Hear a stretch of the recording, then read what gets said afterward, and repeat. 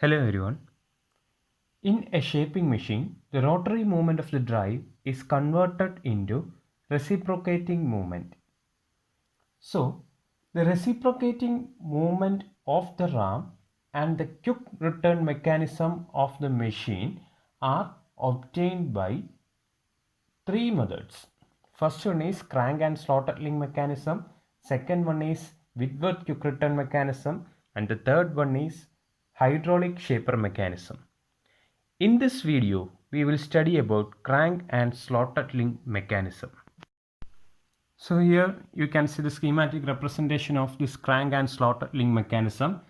So we have a driving pinion, then a bull gear, this large diameter gear, bull gear. Then we have a slotted link or the rocker arm. So this is the slotted link or the rocker arm, and it is pivoted at the bottom. So this is the rocker arm pivot. Then other end of the rocker arm is connected to the ram block. Ram block. Then this is the ram. So here we have the tool post and the cutting tool.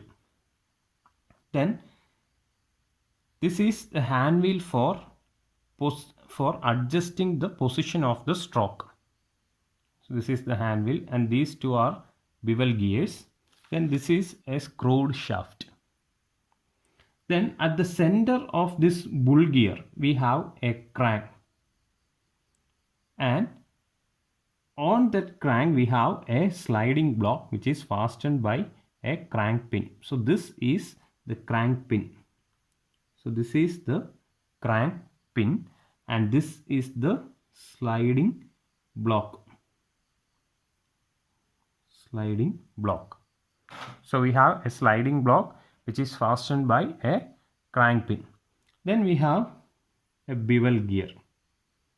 This is a bevel gear. So here the pinion receives power from an individual motor and that motion or power is transmitted to the bull gear. So the bull gear rotates, and at the center of the bull gear we have a crank, and on the crank a sliding block is attached. So the crank is carrying a sliding block and this sliding block is connected with the help of a crank pin. So this crank pin is fastened to the sliding block, and the sliding block is fitted inside the slot of the rocker arm. So this is the slotted link and the sliding block is fitted inside this slot. So the slotted link or the rocker arm, the bottom of this slotted link is attached at the base of the column. So when the bull gear rotates, the crank pin also rotates. So this is the crank pin circle. So whenever this crank pin is rotating, the sliding block also rotates on this crank pin circle. And also the sliding block will move up and down on the slot in the rocker arm. So suppose the bull gear is rotating in this clockwise direction, the crank pin also rotates so that the sliding block also moves along with this crank pin. So when the crank pin is at this position, the sliding block will be here, so that the rocker arm will be moving like this. So at this point what will happen? Again the crank pin is moving upwards so that the sliding block will be moving upwards in this slot. So what will happen? The rocker arm will move like this. So the movement of the rocker arm will be in this fashion. So this movement of the rocker arm is communicated to the ram. So the rotary motion of the bull gear is converted to reciprocating movement of the ram. So this is the working of crank and slotted link mechanism. So the rocker arm will be moving in this fashion.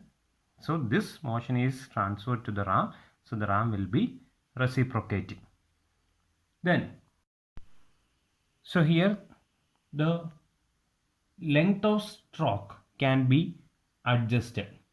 So for that, the crank pin is fastened to the sliding block,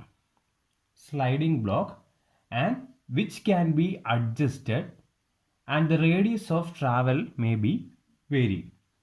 So the sliding block is mounted upon the crank, and this crank is bolted to the center of the bull gear. So here there is a bevel gear which is at the center of the bull gear, and this bevel gear can be rotated with the help of this handle. So the bevel gear can be rotated, and the bevel gear is mounted on the lead screw. So this is a lead screw. So the bevel gear is mounted upon a lead screw, and this lead screw passes through the sliding block. This lead screw passes through the sliding block. Thus, the rotation of the bevel gear will cause the sliding block carrying the crank pin to brought inwards or outwards with respect to the center of the bull gear. That is, when this handle is rotating, the bevel gear will be rotating through this lead screw. So, and this lead screw is passing through the sliding block, and which is fastened with the help of a crank pin. So when this bevel gear is rotating, the sliding block or the crank pin will be moved inward or outward with respect to the center of the bull gear. So the closer the pin is brought to the center of the bull gear, so if the crank pin is moving closer to the center of the bull gear, then the smaller will be the stroke. And the maximum stroke of the ram is obtained when the crank pin is shifted towards the farthest end of the slide. That is, if this crank pin is moved towards the center, so when the crank pin is moving towards the center, then this will be the position of the rock ram, and the movement of the rock ram will be restricted to this much. So the length of stroke is reduced. And if the crank pin is farthest, suppose the crank pin is at this position, then the movement of the rock ram will be like this. So again the length of stroke is more. So this is how we can adjust the length of stroke. Now next one is adjusting the position of stroke. So that is, the position of the ram relative to the work can also be adjusted. So here we have a hand wheel for adjusting the position of stroke, and you can see a screwed shaft. So by rotating this hand wheel, the screwed shaft will rotate with the help of this bevel gear, and we have a ram block which is mounted on this screwed shaft, and this ram block acts as a nut. So when the machine is in operation, the clamping lever is tightened upon the ram body, and the ram block, the screwed shaft and the ram acts as one unit. So in order to set the position of the stroke, this clamping lever is loosened, and by rotating this hand wheel, the screwed shaft will rotate within the ram block, and the nut remaining fixed in position. The rotation of the screwed shaft will cause the ram to move forward or backward with respect to the ram block according to the direction of rotation of hand wheel. So according to the direction of rotation of hand wheel, the ram can be moved forward or backward. So thus the position of ram may be adjusted with respect to the workpiece, and the clamping lever must be tightened after the adjustment has been made. So this is how the position of stroke can be adjusted. Now the principle of quick return mechanism. So when the link is in position BA, the ram will be at the extreme backward position of its stroke, and when it is at position BC, the ram will be at the extreme forward position. So BA and BN are shown tangent to the crank pin circle, and the forward cutting stroke takes place when the ram rotates through angle MNK. So forward stroke takes place when the ram rotates through angle MNK, and the return stroke takes place when the crank rotates through angle KLM.